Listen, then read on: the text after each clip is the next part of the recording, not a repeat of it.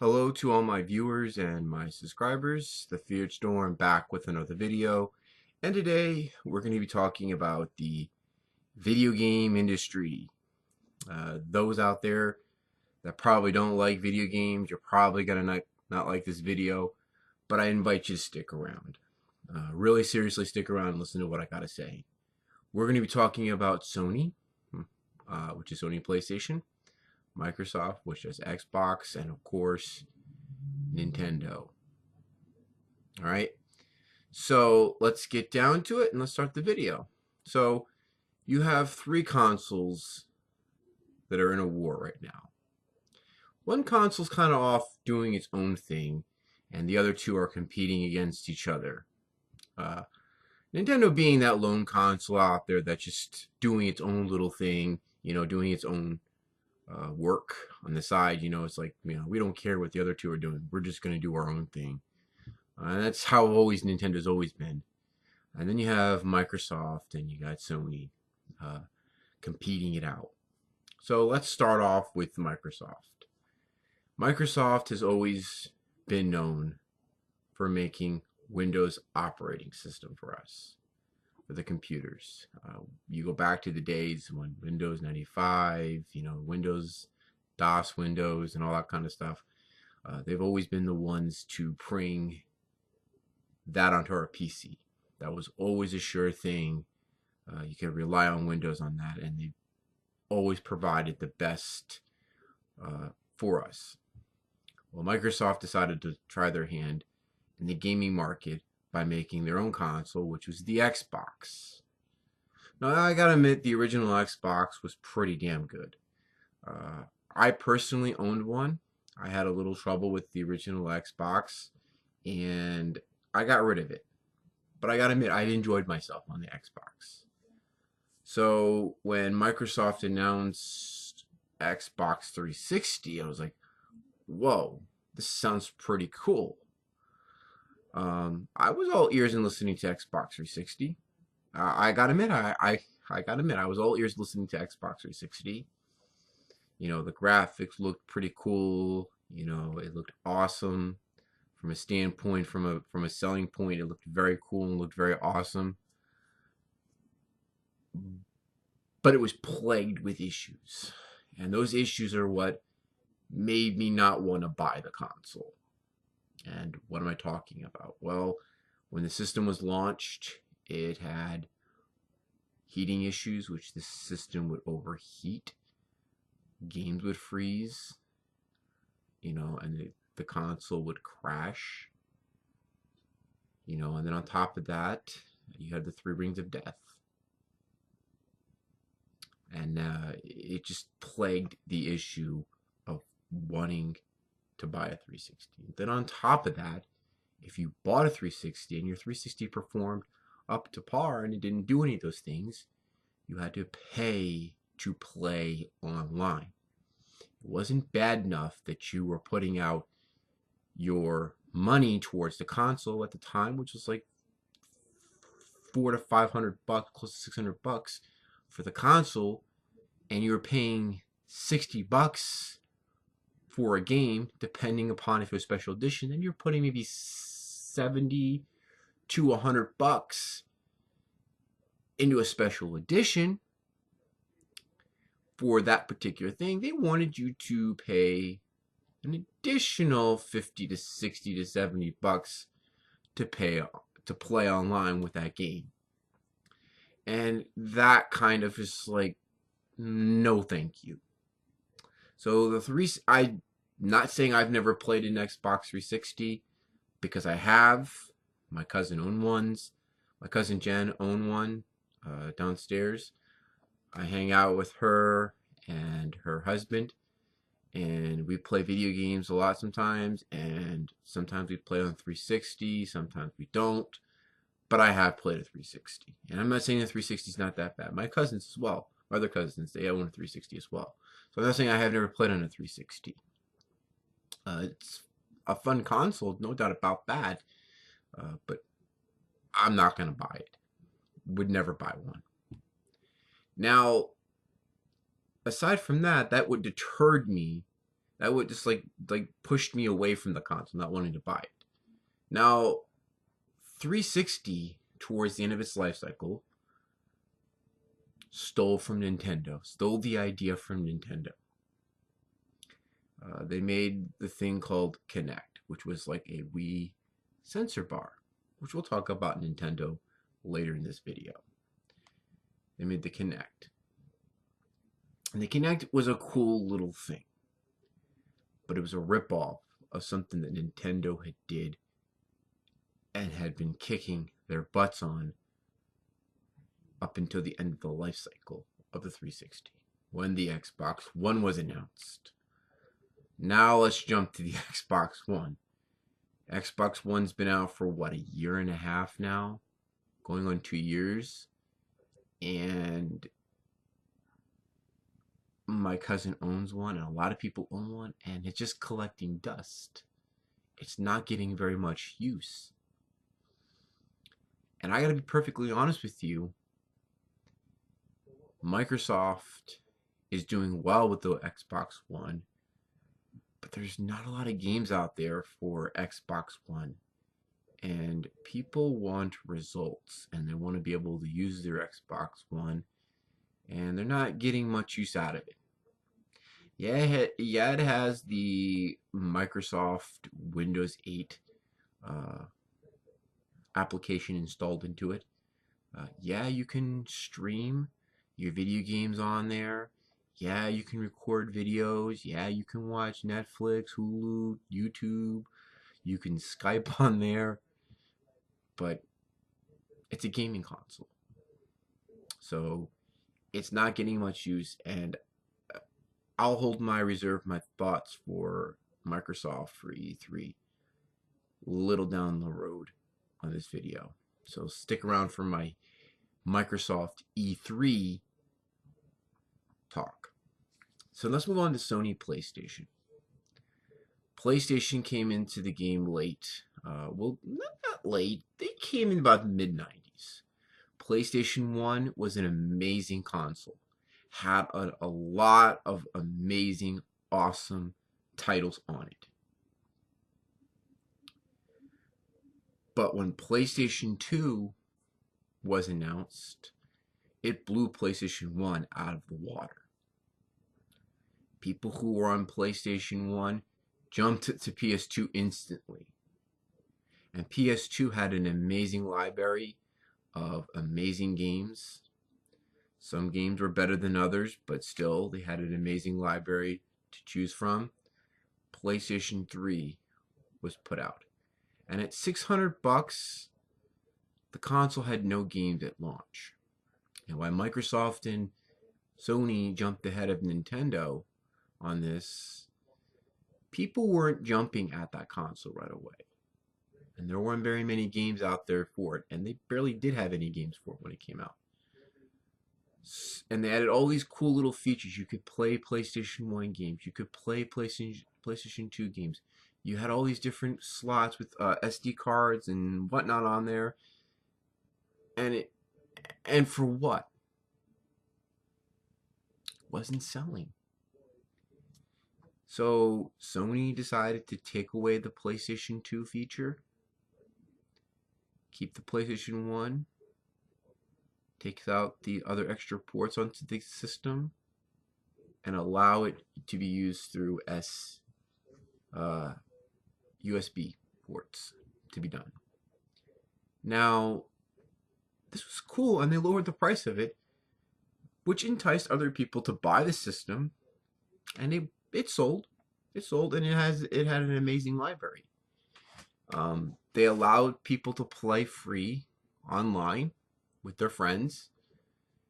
Now, towards the end of the PlayStation 3 life cycle, they had a thing called PlayStation Move. Kind of resembles another system. Oh, that's right! It resembled the Wii remote with the ball on top of it. Something that Sony stole from Nintendo.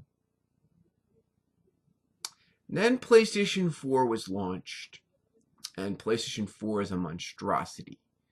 A lot of people were having issues with the firmware updates and a lot of problems, whatever, with the console in the beginning.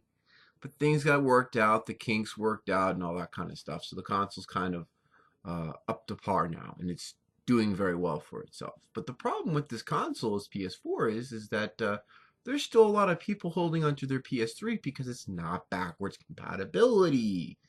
That's right, you buy a PS4, you can't play any PS3 games unless you rebuy them again on the network. Which is kind of stupid if you ask me personally. But anyway, nonetheless, there are a lot of games that are coming out that are remastered for it. But also what gets me is that you have to pay to play online. Kind of something that Microsoft did and still does to this day with an Xbox Live account. Well, now Sony's doing it with the PlayStation Plus account.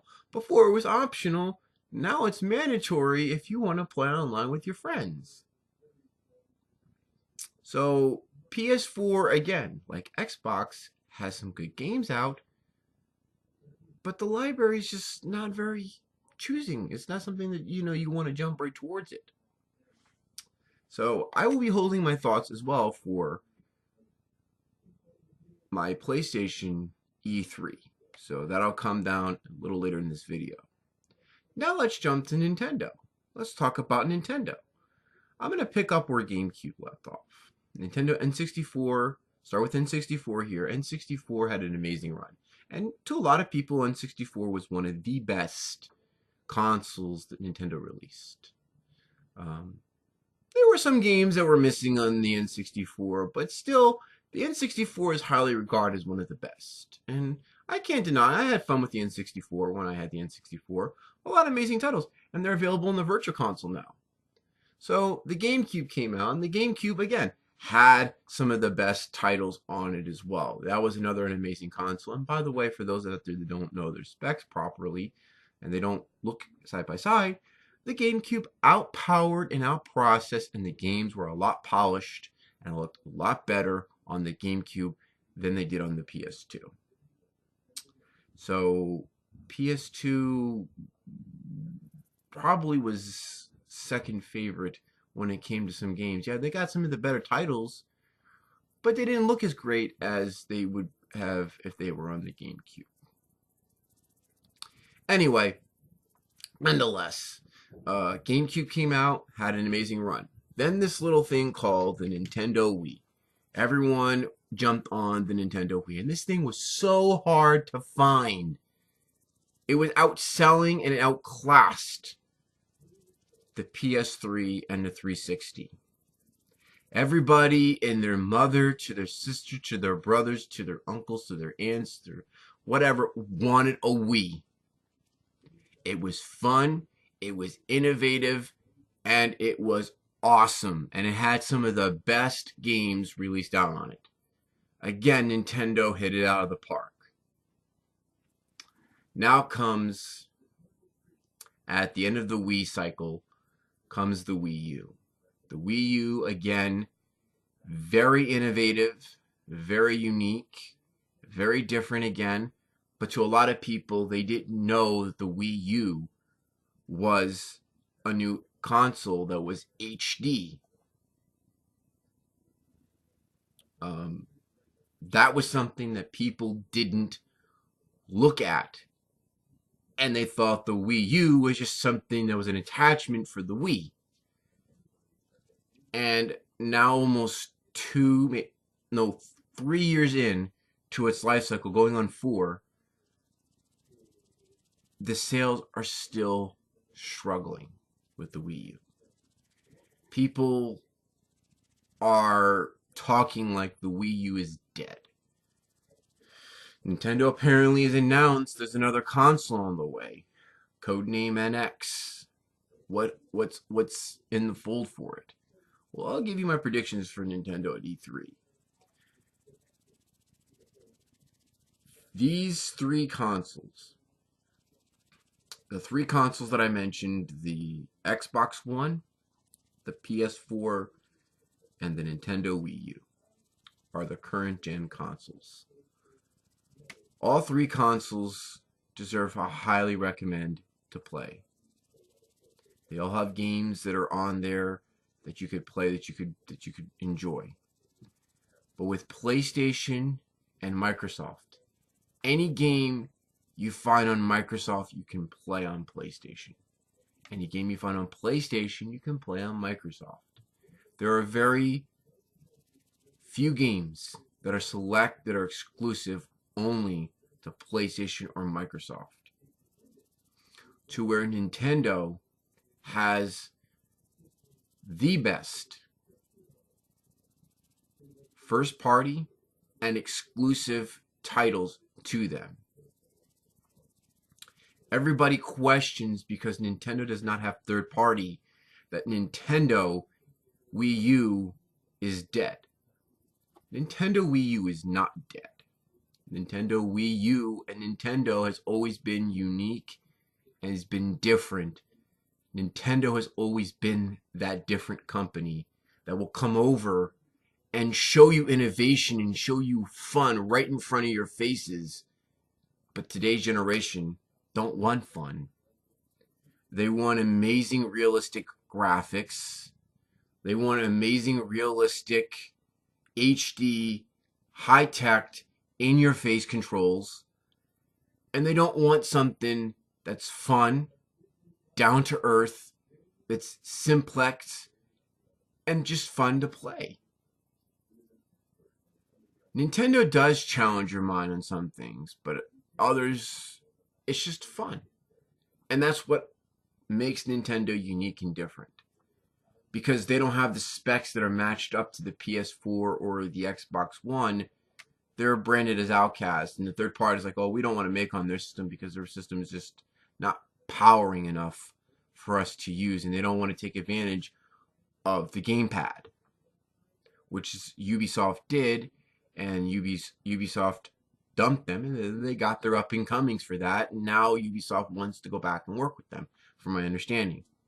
They shitted on them. They shitted on them with Watchdog, which to me is really stupid. But nonetheless, Wii U's not dead. Wii U may not have third party, but they have the indies.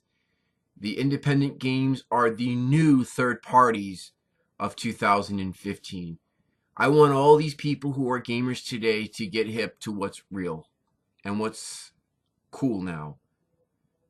Rocksteady Games has Batman coming out, and I'm a big Batman fan. I'm the biggest Batman fan you'll ever find.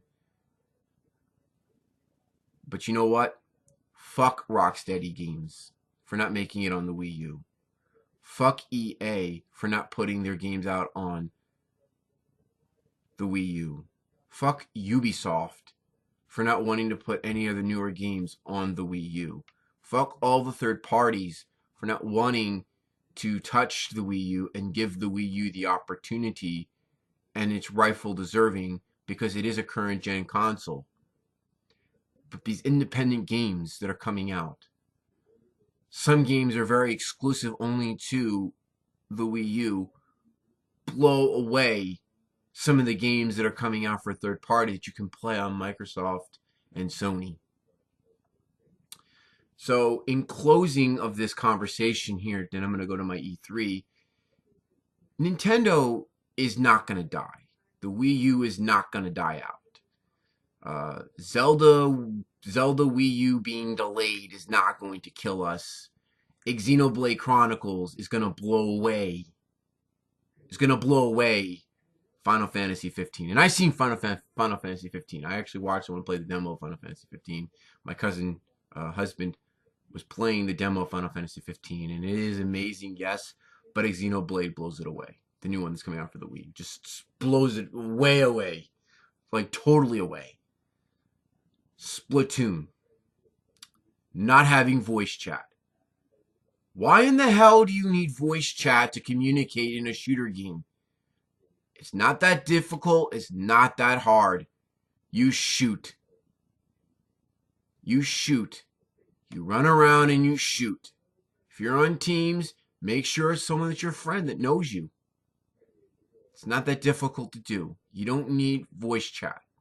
With bullying and problems online, I'm glad that Splatoon's not having a voice chat. But that's that. Far as codename NX, we'll all wait to see what happens with that. I don't think Nintendo's going to fail with code NX. And stop speculating and rumoring what it's going to be. Let Nintendo show you what it's going to be and give it the opportunity to be successful. Don't judge it when you hear about it or something you don't understand about it. Give it time and not judge. So now the E3, which is coming up.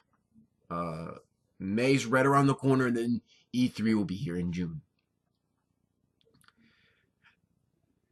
Microsoft first. Microsoft needs to put together an amazing E3. They need to blow away with at least 10 to 15 exclusives only to Microsoft. They need to have a lot of exclusives that are not going to be on PlayStation, and you're not going to find anywhere that's not on PC. They need to have lockdowns exclusive only to Microsoft. And I'm not talking about fucking Call of Duty. I'm not talking about Halo. They need to have original games that are going to blow you out of the fucking water, that are only exclusive to Xbox One. All right?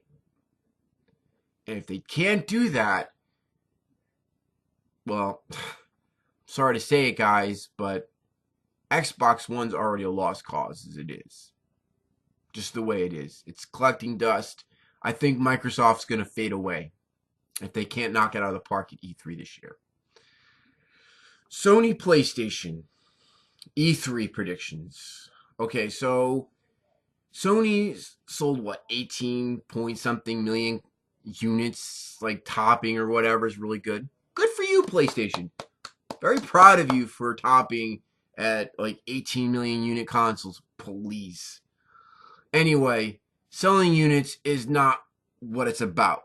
It's the quality of the games that you have on your console and some of the games you have on there that make the console. It's not how many units you sell the console. It's the games that are on your console that matter.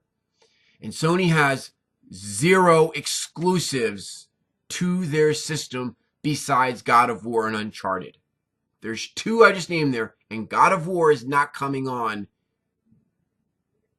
PS4. They're not making any new God of War games. I don't care what anyone at GameStop or anyone else says.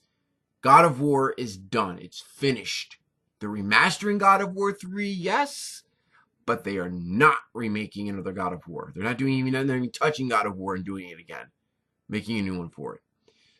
Sony needs to come out with more exclusive like Xbox to knock it out of the park this year. They need to have 10 to 15 exclusives at E3. They need to have an awesome press conference.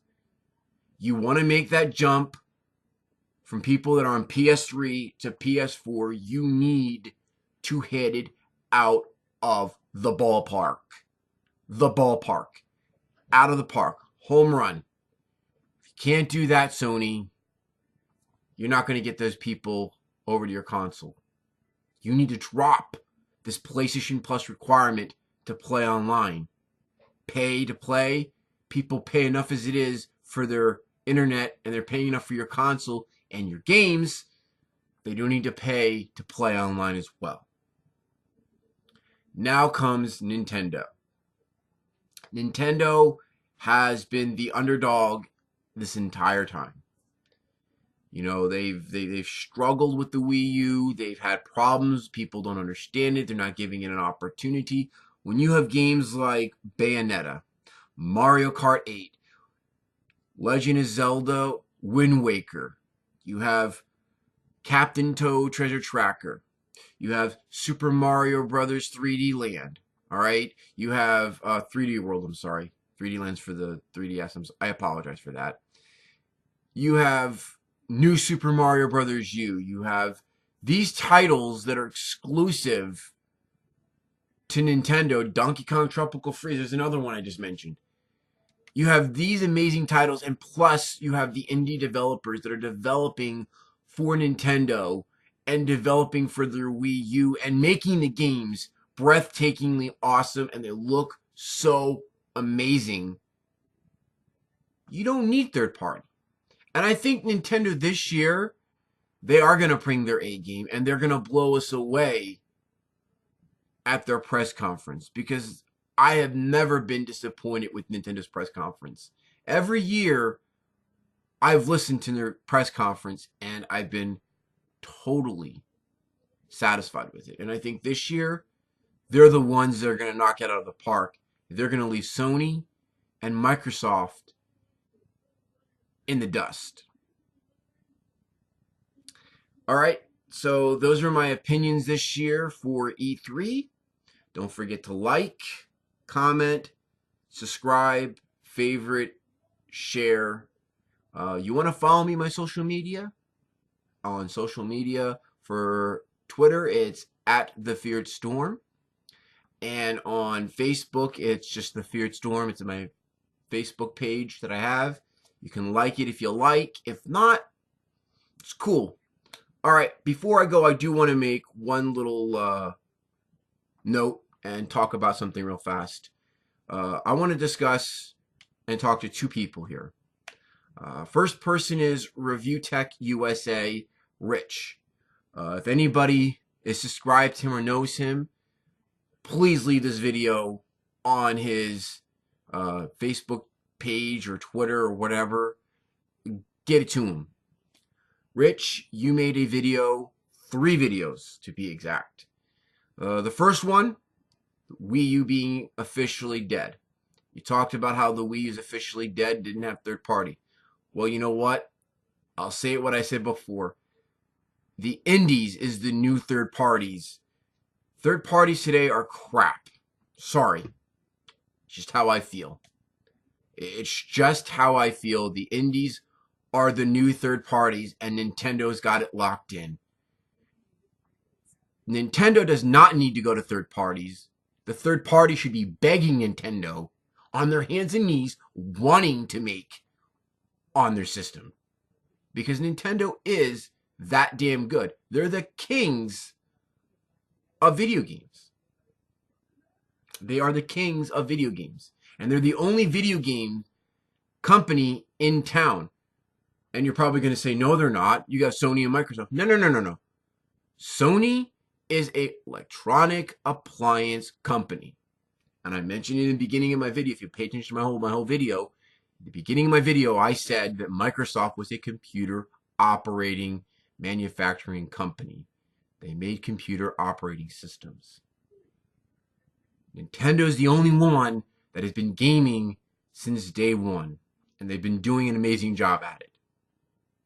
Second, you come at Nintendo for their intellectual properties for a guy that remade a game, one level to be exact, who did not have permission from Nintendo to begin with, and you jump on their cases about it? Really?